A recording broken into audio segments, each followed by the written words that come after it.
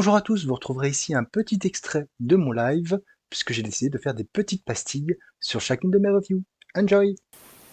Et, oh, bien sûr, je ne pouvais pas ne pas en parler. Bien sûr, ce titre Ultimate Spider-Man, où on a déjà eu au moins 500 heures de contenu depuis la semaine dernière. Je rigole, mais tout le monde en a parlé vraiment bien. Je vais être comment dire, je sais pas si je vais être rapide. Je vais peut-être développer mon propos quand même. Bref, je ne peux que vous inviter bien sûr à voir le live d'Anto où il en a parlé, le live avec G où il en a parlé, à voir la vidéo de Beaumasque, voilà, où ils ont crié leur amour de ce nouveau Spider-Man scénarisé par Jonathan Hickman et dessiné par Marco Checchetto. Effectivement, c'est le renouveau. Voilà, tout le monde a dit c'est le Spider-Man qu'on veut, etc. Je suis pas tout à fait d'accord avec ça, mais bon, je vais essayer d'expliciter un petit peu l'histoire en faisant très très bref. Du coup, on est, comme on peut le voir sur cette photo, avec un Peter Parker âgé de 35 ans, marié, 2 enfants, qui n'a pas été mordu par l'araignée. Voilà, donc il vit sa vie. Jonathan Hickman va réécrire les personnages pour qu'ils soient à la fois familiers mais différents.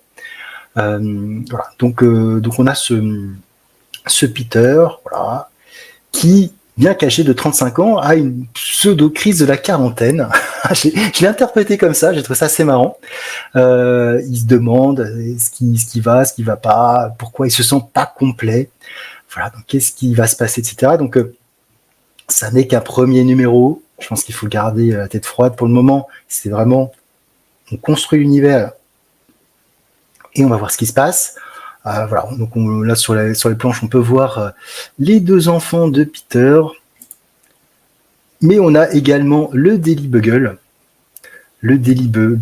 avec voilà, on voit un personnage qui semble être Betty Brandt, on voit Jonah Jameson qui va avoir son importance, donc des personnages assez connus et mais dans des situations un petit peu différentes.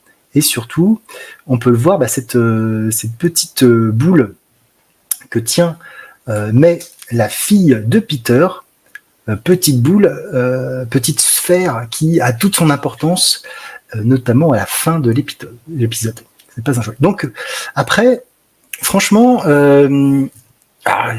toute proportion gardée, je vais attendre forcément de voir ce qu'il en est. Je trouve quand même que on est sur un univers où, même si certains l'ont lu direct et ont compris ce qui se passe, on est quand même, pour bien voir tous les tenants et les aboutissants, c'est quand même mieux d'avoir Ultimate Invasion à titre trompeur et Ultimate Universe, et pour bien saisir tous les tenants et les aboutissants de ce premier numéro, parce qu'il y a quand même des choses qui se sont passées.